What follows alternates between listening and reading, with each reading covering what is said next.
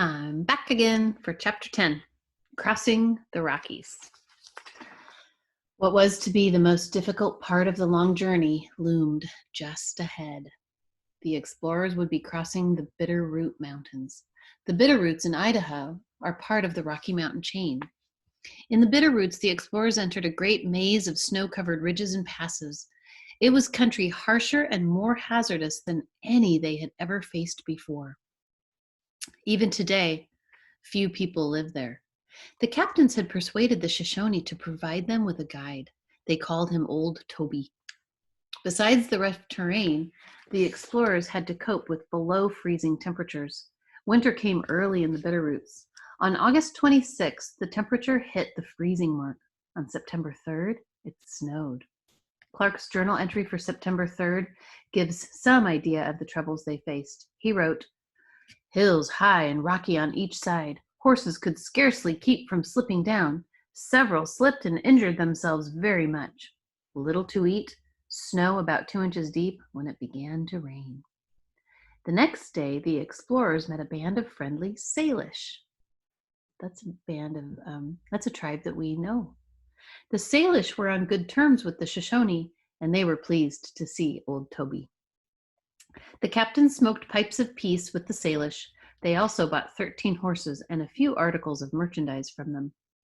Over the next 3 days, the explorers descended into a wide and beautiful valley. Beyond the valley, they could see the snow-covered Bitterroots. Sergeant Patrick Gass described them as the most terrible mountains I ever beheld. On the night of September 9th, the expedition camped not far from the Bitterroot River at the mouth of a stream that joined the river from the west. Today, that stream is known as Lolo Creek. Lewis decided to pause for a day and rest their horses. He called their campsite Traveler's Rest. Okay, so here is a map, and it shows how far they had to go. This is a very long way. Take a look at the map and really look at it. Here's where they started. I'm trying to find my finger on the camera. There, that's where they started. Can you imagine? They basically had to walk a lot of that. They did some canoeing and some boating, but a lot of it was walking. Can you imagine doing that? That's pretty amazing. That is something else. Let's find out more. Before leaving, Lewis sent out the party's hunters. He wanted to stock up on deer, beaver, and other kinds of game before the expedition got deep into the mountains. On September 11th, 1805, the explorers set out across the Bitterroots. They kept to the present Lolo Trail. 10 days of misery followed. Snow covered the ground. Fallen timber blocked their path. Horses slipped and fell. "Party and horses much fatigued," Clark wrote after only 2 days of travel. Game was scarce, but on September 13th, the hunters managed to kill some pheasants and a deer. On September 14th, it rained and hailed in the valleys. In the mountains, it snowed. Clark described the trail as much worse than yesterday. The explorers' food supply gave out. They had no choice but to kill and eat one of their horses. The next day was worse.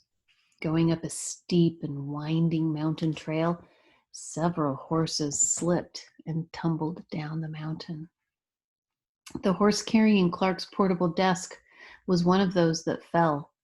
The desk went speeding down the mountain until it smashed into a tree. The mishap broke the desk, as Clark noted, but the horse didn't get hurt. That's good. When the explorers reached the summit, there was no water, and there was no food either. Hardly any food, anyway. Using melted snow, the cooks made a soup out of the remains of the colt that they had killed the day before. So a colt is a baby boy horse. A filly is a baby girl horse. On September 16th, the suffering continued. It began snowing 3 hours before daybreak and continued snowing all day. Clark, walking in front of the party, had great difficulty keeping on the trail. He shivered in the cold. I have been wet and as cold in every part as I ever was in my life, he wrote.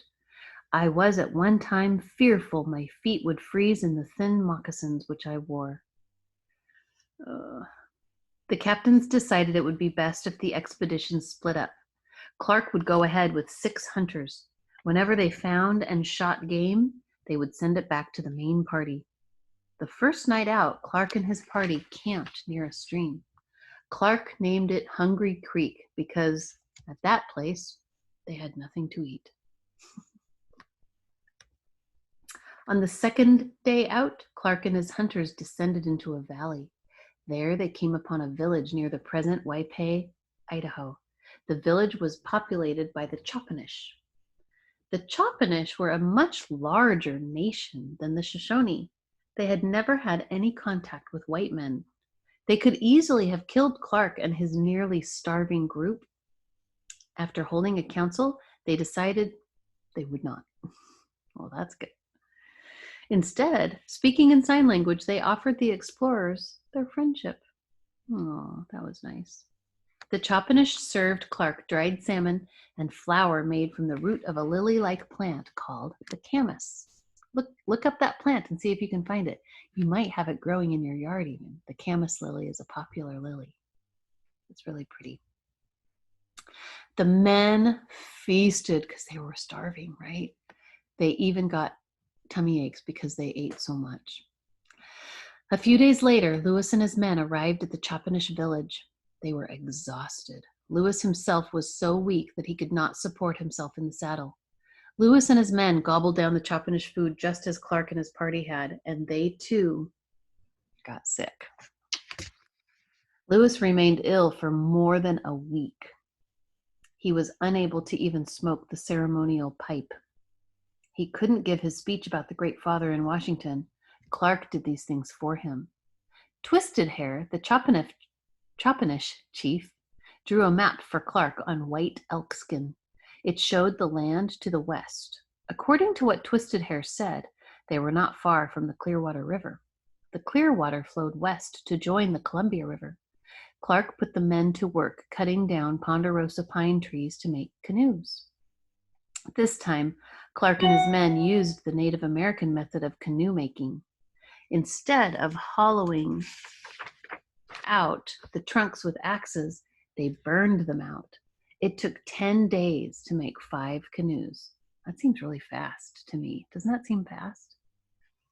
Before leaving the Chopanish village, Clark ordered the expedition's 38 horses to be rounded up. Each was branded with a hot iron that read, Captain M. Lewis. Then the horses were turned over to the Chopanish.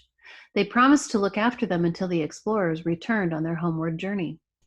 On October 7th, 1805, the men launched their canoes into the Clearwater River. Twisted Hair, along with another Chopanish leader named Tedoharsky, volunteered to serve as their guides until they reached the Columbia River. They were headed downstream now. They knew that they still had a good distance to travel. They knew the swift-flowing river was filled with dangerous rapids, but such things hardly mattered now. Their goal was in sight. That must have been exciting. And that's the end of chapter 10. Okay, I hope you enjoyed it. Bye.